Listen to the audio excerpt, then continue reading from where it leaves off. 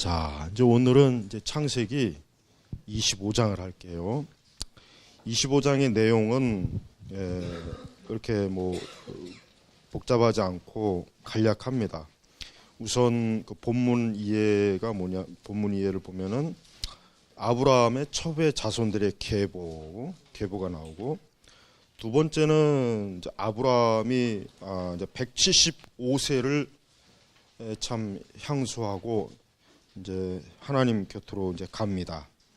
아브라함의 그 정말 파란만장한 그 생애가 이제 끝을 맺습니다. 그 다음에 이제 중요한 것은 이제 이스마엘의 계보입니다. 이스마엘. 성경에는 이스마엘의 계보도 이렇게 나타내서 이스마엘이 어떻게 그 자손들이 이제 퍼졌는가 이제 이렇게 나오고, 그 다음에 이제 중요한 정말 이제부터 이 창세기에 정말 그 뭐라 그럴까 이제 아마 가장 논란이 많이 되고 가장 정말 창세기에서 그 중요한 그 하나님의 그 계시의 말씀의 교훈이 풍성해 당에는 야곱과 에서가 나와요. 드디어 이제 야곱과 에서가 나옵니다. 자, 그래서 이제 이렇게 크게 이제 창세기 25장은 이와 같은 이제 내용이 있어요. 자, 창세기 25장 1절에 보면은 아브라함이 다시 아내를 얻었는데라고 했습니다. 그러니까 사라가 이제 학자들마다 아브라함이 아내를 얻은 게 사라가 살아 있을 때인지 죽은 다음인지 학자들마다 의견이 좀 갈라요. 어떤 사람은 아브라함이 사라가 아직 살아 있을 때 결혼을 이제 첩이죠, 첩 후처, 아니면 사라가 죽은 뒤에 이제 다시 이제 첩을 얻었다. 하여튼 학자들마다 다르는데 명확하게는 몰라요. 근데 뭐 그게 중요하지는 않죠. 중요한 건 이제 아브라함이 다시 아내를 얻었는데 그 여자의 이름은 구두라였다. 이제 이 구두라에게서 6 아들, 그다음에 손자 7, 증손자 3. 아브라함 굉장히 참 왕성해요, 그죠? 아주 참 나이도 저기 노인네가 이렇게 그래서 이제 그 6절에 보면은 중요한 게 있어요. 첩들이 낳은 아들에게서 재산을 주어 그가 아직 살아 있을 동안에 그의 아들 이삭으로부터 떨어지게 하여 동쪽 곧 동방 땅으로 그들을 내보냈다 그랬습니다. 그러니까 아브라함이 지혜롭죠. 왜냐하면 만약에 아브라함의 죽은 다음에 만약에 이 첩의 아들들이 여전히 거기 있으면 어떻게 됩니까? 재산 분쟁이 나거든요. 그러니까 골치 아픈단 말이에요. 그러니까 아브라함이 자기가 살아있는 동안에 그 첩의 아들들은 전부 다 그 동방으로 다 보내요. 동방. 근데 이제 이 말씀을 가지고 이제 아브라함의 그 뭐 자손들이 우리 한국 땅까지 왔다, 뭐 아주 뭐 또 이렇게 해석하는 사람도 있어요. 하여튼 동방이란 말이 나오면 무조건 우리나라에 그냥. 하여튼 이단들은 이 본문을 가지고 또 이단 하나 만들면 아주 뭐 하여튼 그러니까 동쪽으로, 그러니까 동쪽 지역으로 그냥 하여튼 멀리 내보내. 그래서 첩의 아들이 이제 살아가는데 부족함이 없도록 재산도 나누어주고 해서 이제 첩의 아들이 더 이상 아브라함의 죽음 이후에 특히 이제 이삭에게 해를 끼치지 않도록 하기 위한 거예요. 이삭에게. 왜냐하면 그 아브라함의 그 정말 그 후계자는 누굽니까? 이삭입니다. 이삭이라면. 그러니까 이삭에게 나중에 방해가 되는 그런 모든 요소들은 다 미리 처리하는 거예요. 마치 뭡니까? 우리 조선시대 그 태종이 그 세종한테 그 권력을 물려주려고 그냥 전부 싹 정리해버리잖아요. 아주 그냥 싹 죽이잖아요. 뭐 더 이상 세종이 그 왕의 자리에서 신경 쓸 거 없도록 아주 사전에 그냥 다 싹, 뭐 심지어 뭐 장인까지 다 죽여버려. 처남 장인도 다 없애버려. 외척의 세력들이 왕권을 많이 위협하니까. 그래서 이제 세종이 통치할 때 안정적이었어요. 왜? 주변에서 걸리적거리는 게 없거든. 뭐 시비 걸 만한 사람 이미 아버지가 다 죽여버렸어요. 없애버렸어요. 가지치기를 한 거예요. 근데 이제 아브라함은 뭐 그렇게는 안 하고 멀리 그냥 재산을 줘서 멀리 너희들 이제 너희들 먹고 살 만큼 내가 재산을 줄 테니까 뭐 나중에 이삭에게 와서 어쩌고 저쩌고 하지 말아라. 딱 정리를 한 거예요. 그 다음에 이제 7절에 가면은 아브라함이 살았던 횟수가 175년. 근데 중요한 게 있습니다. 8절에 보면 아브라함은 늙어 아름다운 노년을 보내며 장수하다가, 그런데 이스마엘은 어떻게 죽었냐면은 17절에 보세요. 이스마엘이 살았던 횟수는 137년이며 그가 기운이 다하여 죽어. 자 보세요. 같이 죽었지만 아브라함은 성경에 뭐라 그랬냐면 아름다운 노년을 보냈다 그랬어. 아름다운 노년. 근데 이스마엘은 어때? 그냥 기운이 떨어져 죽었다 이거예요. 이게 차이가 커요. 즉 아브라함이 어떻게 해서 아름다운 노년을 보냈겠습니까? 하나님과 함께한 거예요. 아브라함은 믿음으로 하나님께 부름받은 이후에 믿음으로 살면서 믿음으로 죽었어요. 그리고 하나님께서 일생토록 그의 삶을 참 인도하셨어요. 물론 아브라함이 많은 허물과 실수가 있었어요. 참 그렇지 않았으면 좋았을 그러한 일들이 있긴 있었지만 아브라함의 일생은 결국은 믿음, 하나님을 믿는 믿음, 하나님의 인도함을 받는 믿음, 하나님을 의지하는 믿음이 있어요. 여러분, 인간의 삶이 결국 출생부터 죽음까지잖아요. 근데 가장 좋은 삶은 뭐냐면 생애 끝 노년이 좋아야 돼요. 노년이 아름다워야 돼. 여러분 오늘날 이제 장수 시대라고 하지만 많은 노인들이 자살을 많이 합니다. 노년이 불행해요. 참 불행하고 힘들고 어려운 그 노년들이 많아요. 그래서 지금도 앞으로 더 이제 수명이 늘어날 텐데 앞으로 더 많은 우리 한국의 노인 문제, 이 복지 문제, 뭐 하여튼 여러 가지 문제가 심각할 것이다라는 그런 예측을 사회학자들이 하지 않습니까? 우리 성도들도 그래요. 이 말씀을 보면서 우리 성도들도 아름다운 노년을 보내며 장수하다가 기운이다. 그러니까 아브라함은 정말 인간이 궁극적으로 정말 소망하는 정말 장수했죠. 그 다음에 그 노년도 어때요? 평안한 거예요. 평안하고 안정되고, 그 다음에 뭐 그냥 질병으로 막 시달리다가 죽은 게 아니라 그냥 기운이 다해서 그냥 자연스럽게 사람의 그 정말 그 몸의 모든 이제 기력이 천천히 뻗어나오면서 결국은 그렇게 해서 죽은 거예요. 그러니까 이 아브라함의 죽음은 사실 정말 모든 사람들이 이렇게만 죽는다면 참 행복한 죽음을 맞이하는. 그러니까 하나님께서 얼마나 이 아브라함을 선하게 인도하신 거예요. 그러니까 우리 성도 여러분들도 이렇게 아름다운 노년을 보내요. 아름다운. 근데 대체로 그렇지가 못해요.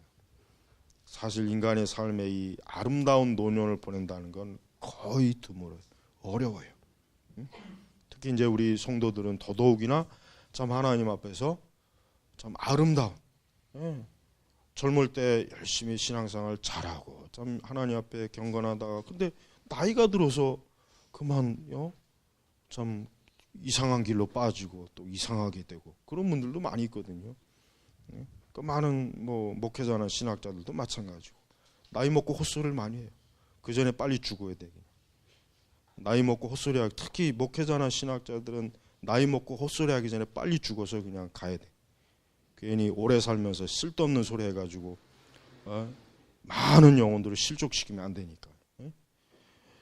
그러니까 아브라함은 늙어 아름다운 노년을 보내고 장수하다가 기운이 다해 죽어 그의 백성에게 합류하였다. 그의 백성은 누굴 얘기하는 겁니까? 의로운 자예요. 의로운 자예요. 그의 백성, 하나님의 백성이에요. 그러니까 우리 그리스도인들도 이 다음에 죽음을 맞이할 때 누구에게 가겠습니까? 하나님의 백성에 합류하는 거예요. 우리 성도들은 천국에서 앞으로 아브라함, 이삭, 야곱, 다윗 뭐 이런 뭐 사도들 역사상 또 이렇게 하나님의 백성들이 있잖아요. 그들과 합류하는 거예요. 그러니까 성도들은 천국에 가면은 그 많은 하나님의 사람들하고 같이 영생을 보내는 것입니다. 얼마나 그러니까 아브라함의 이 종말은 참 좋은 정말 종말이었어요. 그다음에 이제 아브라함은 어디에다 묻혔습니까? 그 바로 막벨라 굴. 여기에 이제 장차 이제 아브라함이 그 부인 사라도 여기에 묻혔고 그의 자녀들도, 그러니까 이 막벨라굴은 하나님의 구속을 받은 그 가족 자손들이 여기에 이제 주로 묻힌 거예요. 그러니까 아브라함에게 씨가 많잖아요. 지금 뭐 에서도 있고 에서에게서 지금 난 후손들도 많고, 나중에 이삭에게서 난 후손도 많고, 그 다음에 첩에게서 난 후손도 많고, 후손이 많잖아요, 자식이. 근데 오직 누구만입니까? 이삭과 어때요? 이삭과 야곱, 요 씨들만 어때요? 구속의 백성이에요. 나머지는 어때요? 하나님의 구속받은 백성이 아니에요. 그러니까 왜 하나님께서 분명히 아브라함의 씨인데 다 구원하지 않고 왜 꼭 이삭과 야곱 그 계통만 하나님이 구원하셨을까? 이거 왜 그렇겠습니까? 하나님의 선택입니다. 이거 선택이에요. 그러니까 인간의 구원은 하나님의 선택에 있는 것이지 사람이 선택을 한 게 아니에요. 그러니까 하나님은 그걸 명백하게 하시는 거예요. 하나님께서 이 말씀을 통해서 보여주는 건 구원은 뭐예요? 하나님의 주권에 속했다는 거예요. 그러니까 내 마음이다. 내가 선택해서 내가 구원하는 것이다 이거예요. 그러니까 첩의 후손들 여기 구원했단 말, 저 구원의 구속사에 전혀 연결이 안 돼요. 그리고 에서도 나중에 나오지만 에서도 마찬가지고, 그 다음에 이스마엘 보십시오. 이스마엘도 어때요? 하나님의 구속의 계보에서 어때요? 벗어난단 말이에요. 벗어난단 말이에요. 그러니까 이 성경은 구속사로 보는 게 정확한 것입니다. 1차적으로 구속사로 봐야 돼요. 그래서 이 언약 백성, 언약 자손들만 어때요? 하나님 나라의 유업을 얻는 거예요. 그러니까 아까 아브라함이 죽어 그의 백성에게 합류했다고 하는데 그의 백성이 누굴 얘기하는 겁니까? 언약 백성을 얘기하는 거예요. 언약 백성이 누구였어요? 아브라함 이전에 노아가 있었을 거죠. 그 다음에 아담과 하와. 여러분, 아담과 하와가 구원 받았을까요? 못 받았을까요? 받았습니다. 그걸 어떻게 알 수 있냐면, 어떻게 알 수 있습니까? 아벨이 제사한 걸 보면 알 수 있어요. 그 제사를 누구한테 배웠겠어요? 아담에게서 배운 거란 말이에요. 그리고 아담은 하나님께서 짐승을 잡아서 가죽을 입히는 그 의미를 분명히 아담과 하와는 알았을 거예요. 그러니까 나중에 아벨이 그걸 아버지한테 배우고 하나님께 이렇게 희생제사를 해야 된다라고 하는 걸 배운 거예요. 그런데 가인은 어때요? 가인은 그걸 안 따른 거예요. 가인의 근본적인 문제는 그 제물이 희생제물이 아니에요. 희생제물이 아니었던 게 문제란 말이에요. 가인의 문제는. 그러니까 그래서 사실 아담과 하와는 구원을 받았을 것이다라고 하는 게 저는 그걸 받아들여요. 물론 뭐 다른 학자들은 뭐 그렇지 않을 것이다라고 하는 사람도 있고 뭐 두 가지 해석이 있지만 아담과 하와는 구원 받았다는 게 더 확실합니다. 그래서 이 아담으로부터 시작해서 하나님의 언약 백성들이 쭉 계보가 내려오잖아요. 그 사람들만 하나님의 구원이 있는 거예요. 지금도 마찬가지입니다. 하나님의 구원은 모두에게 있는 게 아니에요. 우리가 선택하는 게 아니에요. 이 알미니안주의자들은 뭡니까? 알미니안 주장은 간단합니다. 뭐냐면 예수님을 통해서 구원을 하나님이 주신다는 건 알미니안도 다 인정하는 거예요. 근데 그 다음에 뭐가 문제냐면 하나님께서 주시는 구원을 사람이 거부할 수 있는 의지가 사람에게 있다라고 하는 거예요. 알미니안이. 그러니까 구원의 선택을 사람에게 기회를 주는 거예요. 알미니안은. 나는 구원받기 싫어. 나는 믿을래. 사람이 구원을 선택할 수 있다는 게 알미니안 교회의 가장 핵심이에요. 핵심. 근데 이게 얼마나 듣기 좋잖아요. 우리 인간의 자율권을 부장해주고, 내가 구원을 선택할 수 있구나, 받을 수 있구나, 뭐 이런 인간의 어떤 자긍심을 준단 말이에요. 근데 칼빈주의는 아닙니다. 하나님이 구원을 주시지만 그 구원의 결정 선택도 누가 하시는 겁니까? 하나님이 주시는 거예요. 그게 바로 불가항력적인 은혜잖아요. 칼빈주의 5대 교리. 바로 이걸 싫어하는 거예요. 바로 이게 싫은 거예요. 이 사람이 이 하나님의 구원조차도 내가 내 능력과 내 의지로 선택할 수 있다는 걸 좋아하는 거예요. 본성에. 그런데 하나님의 선택에 있다 그러니까 벌써 싫은 거예요. 아니 구원이 그럼 하나님의 선택에 있으면 나는 그럼 뭐야? 아무것도 아니에요. 하나님 앞에 구원의 은혜는 하나님의 주권에 있는 거지 사람에게 없는 거란 말이에요. 그래서 이 칼빈주의 교리가 왜 이게 반갑지 않은 교리냐면은 인간에게는 눈꼽만큼의 기회를 안 줘요. 처음부터 끝까지 하나님. 그래서 여러분 보세요. 자, 보세요. 23절에 보십시오. 이제 리브가가 결혼 20년 만에 참 임신을 했어요. 임신이 안 되니까 어떤 이삭이 하나님 앞에 기도했잖아요. 기도해가지고 21절에 이삭은 그의 아내가 임신하지 못하므로 그의 아내를 위하여 여호와께 기도하였더니, 임신하지 못한 사람들 하나님 앞에 기도하면 돼요.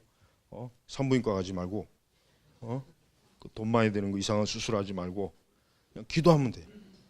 기도하였더니 여호와께서 그의 기도를 들어주셔서 그의 아내 리브가가 임신하였는데, 하나님의 은혜로 임신했어요. 그러니까 기도는 이렇게 임신도 하게 하는 거예요. 큰 거예요. 근데 이제 리브가가 자기 뱃속에서 쌍둥이가 있다는 걸 금방 느낌으로 알고 막 이 둘이 막 안에서 싸우는 거예요. 그래서 여호와께서 그 여자에게 말씀하시기를 두 민족이 내 뱃속에 있으니 두 백성이 내 wom에서부터 나누어질 것이며 한 백성이 다른 백성보다 강하겠고 큰 자가 작은 자를 섬길 것이다. 자, 하나님이 미리 예언을 해주시죠. 보세요. 이게 하나님의 주권이에요. 이게 주권이란 말이에요. 하나님께서는 이미 어때요? 이미 야곱과 에서가 두 민족으로 나누어지고 이 둘이 서로 어때요? 싸운다는 거예요. 영적으로 육신적으로 서로 어때요? 원수가 된다는 걸 그 리브가에게 미리 알려주신 거란 말이에요. 이게 바로 하나님의 선택이에요. 주권이란 말이에요. 그러니까 우리는 이 하나님의 주권을 우리가 이거를 제대로 주권 교리를 모르면요, 성경 해석이 전부 잘못돼요. 성경 해석이 다 문제가 생기네. 다 문제. 한두 가지 문제가 생기는 게 아니에요.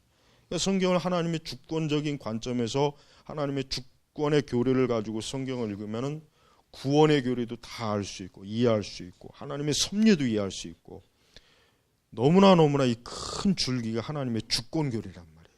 그러니까 우리가 성경이 하나님의 주권 교리를 잘 이해하고 잘 공부해야지 이걸 모르면, 그러니까 지금 하나님의 주권 교리를 일반 장로교 많은 신자들도 모르고 또 하나님의 주권 교리가 뭔지도 모를 뿐만 아니라 그걸 거부감을 가져.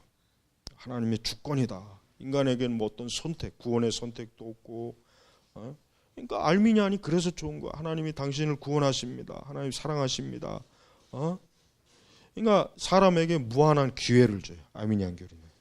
그러니까 당연히 사람의 본성으로 칼빈주의 교리보단 알미니안 교리가 더 좋죠. 본성적으로 훨씬 좋단 말이에요.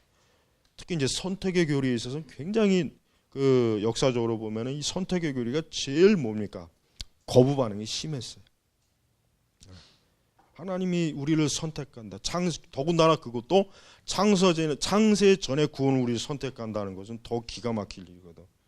그러니까 이 교리가 저항이 제일 심한 교리가 이 선택의 교리입니다. 하지만 우리는 이 성경 어디를 봐도 하나님의 선택 교리가 분명하다는 걸 우리는 알 수 있어요. 자, 그래서 이제 아브라함이 11절에 보면 죽은 후에 하나님께서 그의 아들 이삭에게 복을 주셨고 이삭은 부엘라헤로이 근처에 살았다. 그러니까 이삭이 죽은 후에 하나님께서 이삭을 위로하신 것 같아요. 위로하시고 그걸 이제 살펴주신 겁니다. 다음은 이제 이스마엘의 그 자손들 계보가 여기 나오는데, 이스마엘은 사라의 여종인 이집트 여자 하갈이 아브라함에게 낳은 아들이다 그랬죠. 이집트 여인, 벌써 이방 여인이잖아요. 그래가지고 그 아들들이 이제 쭉 나오고, 그 이스마엘은 결국은 뭐 이제 성경에서 보면은 이제 이스마엘의 계보는 뭐 더 이상 나오질 않아요. 그 다음에 이제 19절에 가 보면은 야곱과에서 드디어 이제 이야기가 나와요. 그래가지고 이 25절에 보니까 먼저 나온 아이는 붉고 온몸이 토륵과 같아서 그 이름을 에서라 불렀고, 26절에 뭡니까? 에서는 그 후에 아우가 나왔는데 그의 손에서 에서의 발꿈치를 잡고 있었으므로 그 아이의 이름을 야곱이라 불렀으며, 리브가가 그들을 낳을 때 이삭의 나이는 60세였다. 그러니까 이삭이 60세에 어때요? 에서와 야곱을 낳은 거예요. 굉장히 늦게 낳았죠. 40세 결혼해서 60세에 낳았단 말이에요. 60세. 오늘날 같으면 뭐 환갑 때 그냥 애를 본 거예요. 그 나이에. 그 나이에 손자를 봐도 시원찮은데 애를 봤으니 참 근데 뭐 이 시대는 지금보다 훨씬 더 장수하는 시대니까 뭐 그렇게 신경 쓸 건 없는 것 같아요. 자, 이제 27절로 넘어가면 이제 여기서부터 이제 제일 중요한 게 나옵니다. 뭐냐면 장자권의 문제예요. 여러분, 이 장자권이라고 하는 것은 뭐냐면, 장자권이라고 하는 것은 우리 보면은 장자의 권리가 뭐냐면 한 가정의 영적 물질적인 지도자예요. 아버지 재산을 절대적으로 유산 상속을 받고 이 장자의 권리는 커요. 커요. 근데 이 야곱이 이 장자의 권리를 탐한 거예요. 자기가 둘째거든. 그러니까 그 아버지 어때요? 이삭의 그 많은 것을 물려받지 못하는 거예요. 그러니까 에서에게 다 빼앗기는 거예요. 그러니까 이제 이게 이제 항상 야곱에게 있어서는 어때요? 늘 요게 이제 마음 중심에서 굉장히 요게 이제 늘 자기에게서는 큰 근심거리가 되었던 거예요. 가지고 27절에 보니까 그 아이들이 자라서 에서는 사냥할 줄 아는 들사람이 되었고 야곱은 장막에서 지내는 조용한 사람이 되었다. 그러니까 벌써 기질이 다르죠. 에서는 뭐예요? 활동적인 거예요. 막 밖에 나가서 짐승 잡고 스포츠 경기 뭐 열중하고 막 활달한데 에서는 어때요? 에서는 장막에 지내는 조용한 사람이에요. 그러니까 그 아버지도 어떻습니까?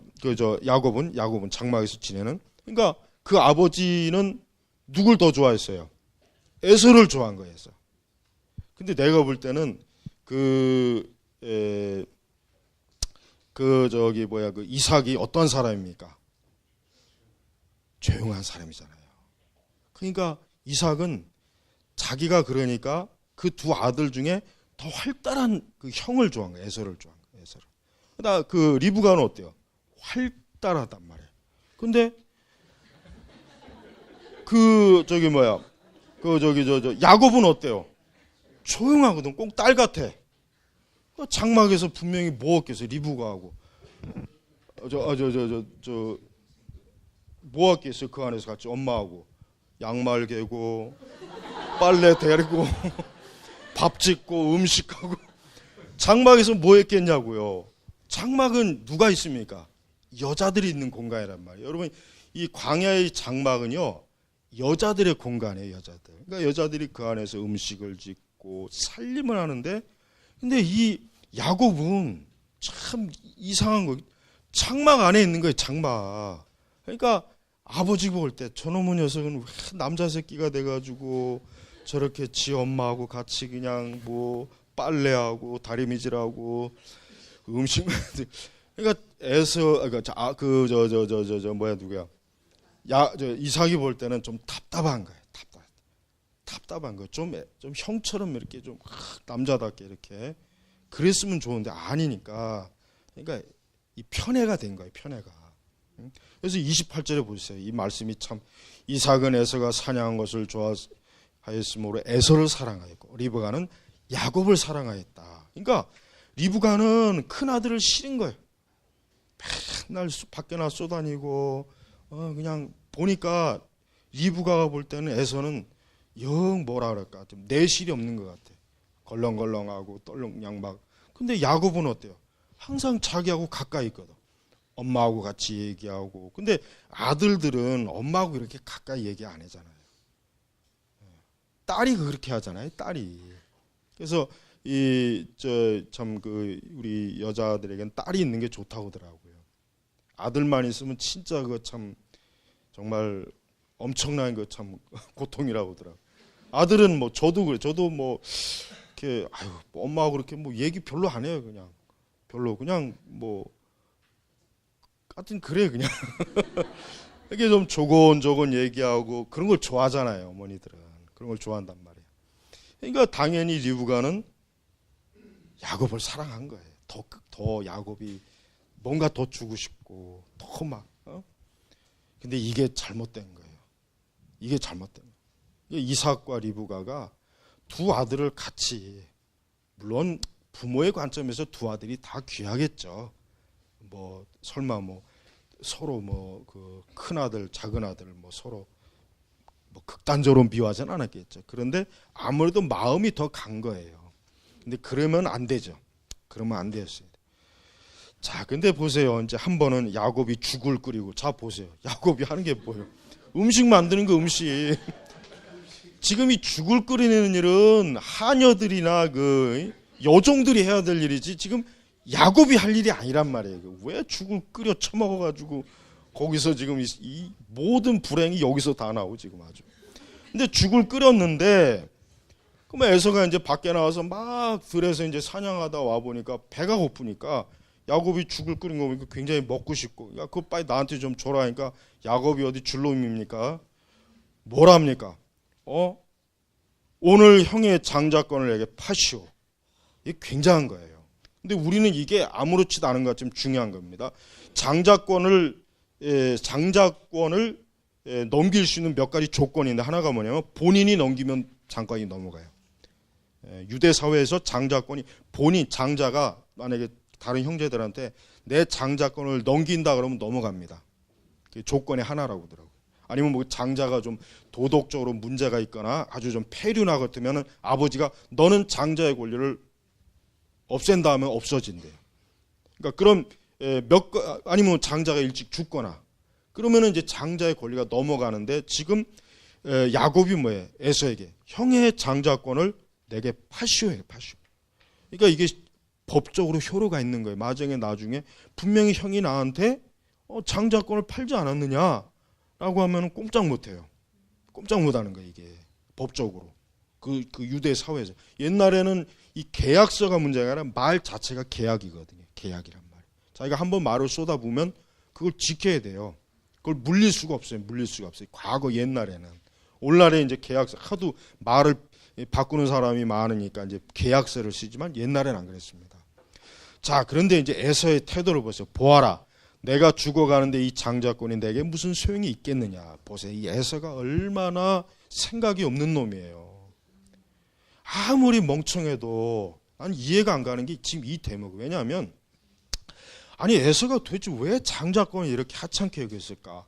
아버지의 그 막대한 재산도 물려받고 한 가문의 무두머리가 되고 엄청난 고난이 주어지는데 에서가 보아라 내가 죽어가는데 이 장자권이 내게 무슨 소용이 있겠느냐.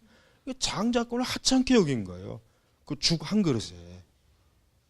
그러니까 이 에서는 애시당초부터 하나님의 언약에 대해서 전혀 관심이 없는 거예요.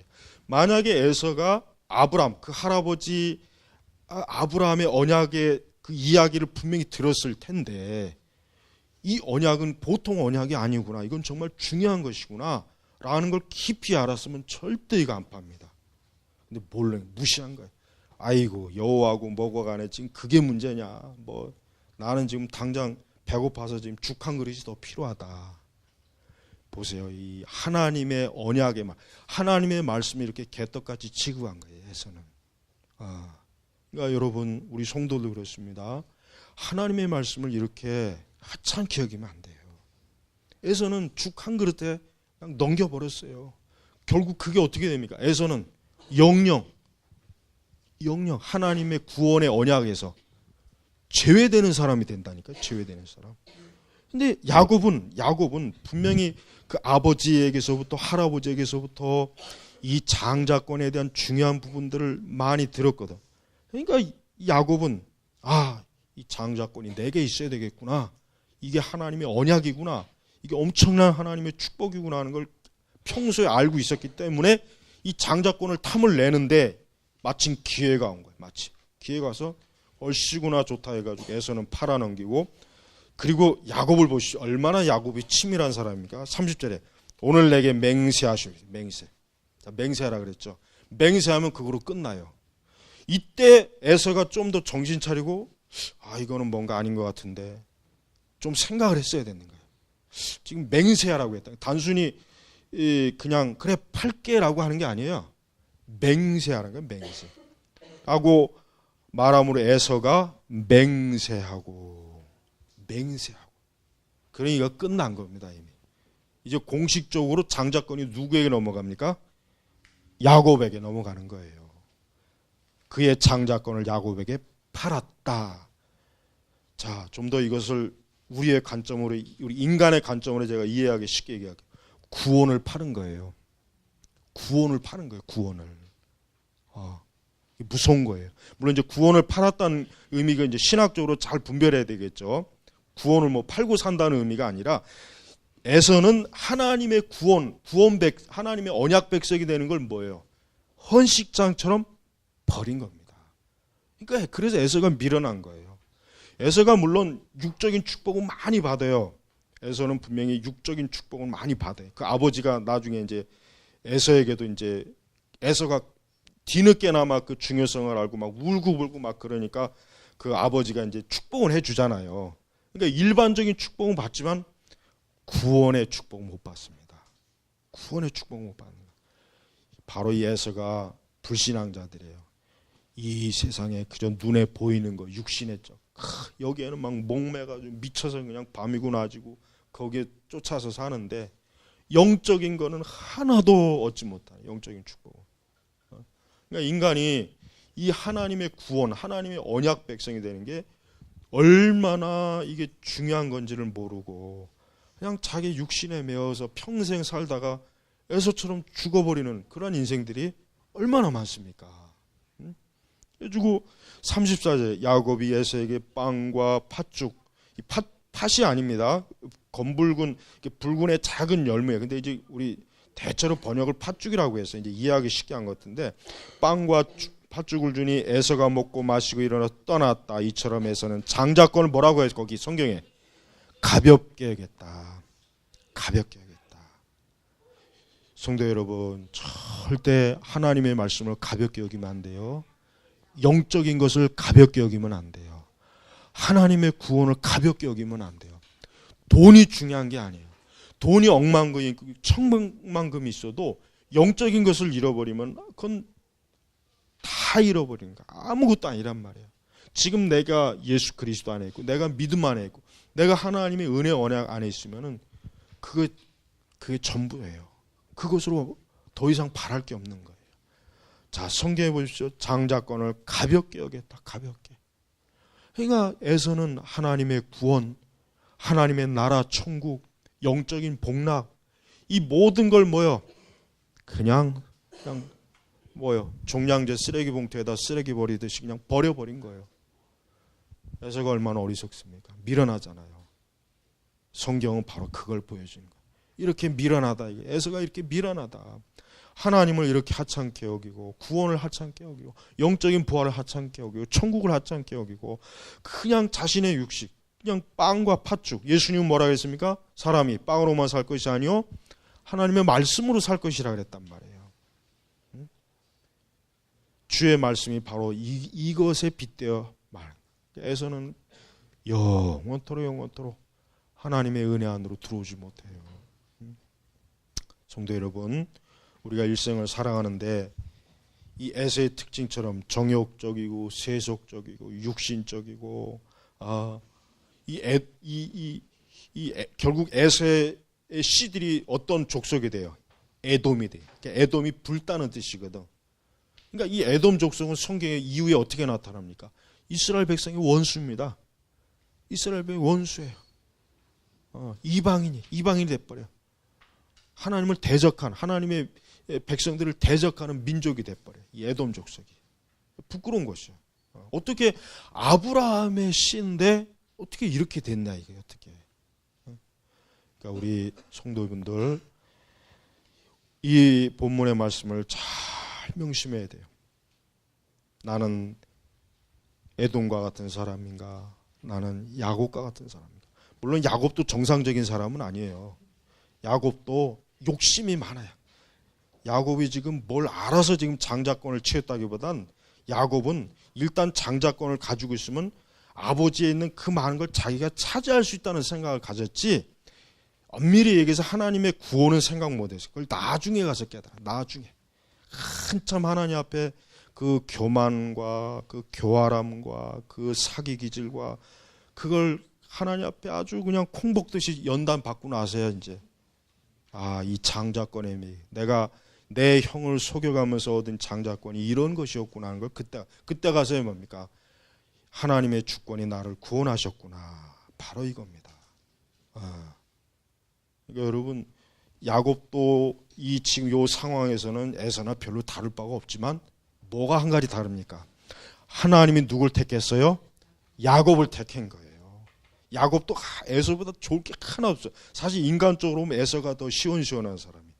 야곱은 기집애처럼 그냥 방구석에 앉아갖고 뭐 음식이나 만들고 뭐하고 이게 남자가 할 일은 아니잖아 이게. 뭐 그거 한다고 해서 물론 잘못되는 건 아닌데 이 당시에는 이건 영 사람 구실하기 힘든 그런 전형적인 그 좀 이상한 패턴이 아주 장래성이 없는 누가 봐도 우리는 하나님의 주권으로 내가 선택받고 구원받고 내가 알지 못한 때 이미 창세 전에 하나님이 나 같은 사람을 선택했다는 것. 이게 오늘 본문에서 정확하게 나타난 주권의 교리예요. 우리가 영적으로 이것을 교리를 잘 여러분 생각하고 아까 제가 말한 것처럼 에서와 같은 사람이 돼서는 안 돼요. 에서와 같은 사람이 되면 영영 이제 하나님하고는 더 이상 예수 그리스도하고는 원수가 되는 거예요. 원수.